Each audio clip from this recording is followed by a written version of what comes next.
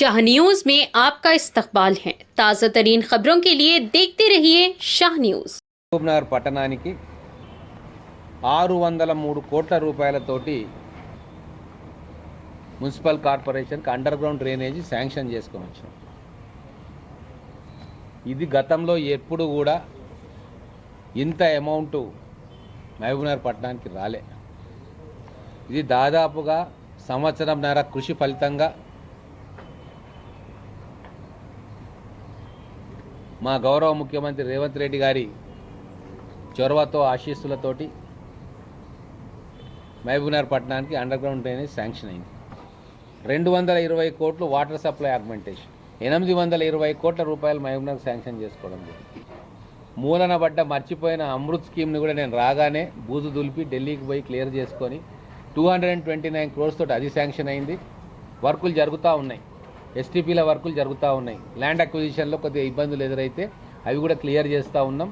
So Mahabub Nagar infrastructure రీతిలో గతంలో ఏ ప్రభుత్వంలో కానీ ఎవరి హయాంలో కానీ కానంత అభివృద్ధి ఈరోజు మా కాంగ్రెస్ ప్రజాప్రభుత్వం హయాంలో మన మహబూబ్ నగర్ బిడ్డ రేవంత్ రెడ్డి గారి ఆధ్వర్యంలో నేను ఎమ్మెల్యే అయిన తర్వాత మహబూబ్ నగర్ పట్టణంలో ఈ కార్యక్రమాలు జరుగుతూ ఉన్నాయి. ఇవన్నీ కూడా మహబూబ్ నగర్ ప్రజలు గమనించాలని చెప్పి మీ ద్వారా కోరుతా ఉన్నాం. మాటలు చెప్పి పెద్ద పెద్దవి చేస్తున్నా అని చెప్పడం నా నేచర్ కాదు. 24 గంటలు గెలిపించిన ప్రజల సంక్షేమం కోసం పాటుపడమే నా బాధ్యత. తెలంగాణలోనే నెంబర్ 1 పట్టణంగా తీర్చిదిద్దడం, అందుకోసమే ప్రజలు నన్ను గెలిపించారు. అందుకే ఈ మున్సిపాలిటీని కార్పొరేషన్గా చేసి దీని గౌరవాన్ని పెంచినాము. ఆ కార్పొరేషన్ అయినట్టుగా దానికి తగ్గట్టుగా నిధులను తీసుకురావడంలో నిరంతరం కృషి చేస్తూ ఉన్నాం. నిరంతరం శ్రమిస్తేనే నేను కానీ మా ప్రభుత్వం కానీ మా నాయకులు కానీ శ్రమిస్తే తప్ప ఇది గ్రౌండింగ్ కాదు. 24 గంటలు మహబూబ్ నగర్ సంక్షేమం కోసమే పనిచేయడానికి నిర్ణయించుకున్నా కాబట్టే ఎక్కడా లేని విధంగా గతంలో మనకు మహబూబ్ నగర్కు ఫండ్స్ వస్తూ ఉన్నాయి. ఈ 600 కోట్లు శాంక్షన్ చేయడానికి నాకు సంవత్సరంన్నర పట్టింది. అందుకే నిరంతరం అదే పనిలో ఉన్నా నేను. నాకు వేరే వ్యాపకం లేదు, వేరే వ్యాపారం లేదు, వేరే భూములు లేవు.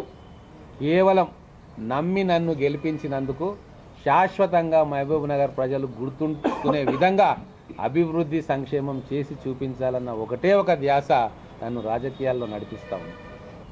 పాజిటివ్ దృక్పథంతో ఆలోచన చేయండి.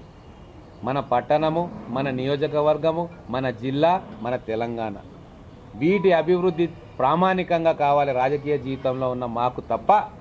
మిగతా ఎన్ని సమస్యలు ఉన్నా వీలైతే చేస్తాము, కష్టపడతాం. వీలు కానివి మేము చేయలేనివి చేయకుండా మిగిలిపోతాయి.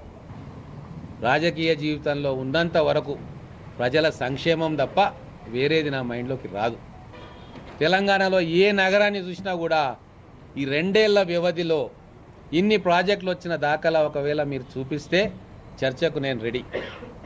ఎప్పుడు కూడా ఇంత భారీ ఎత్తున ఇన్ఫ్రాస్ట్రక్చర్ కోసం నిధులు రాలే.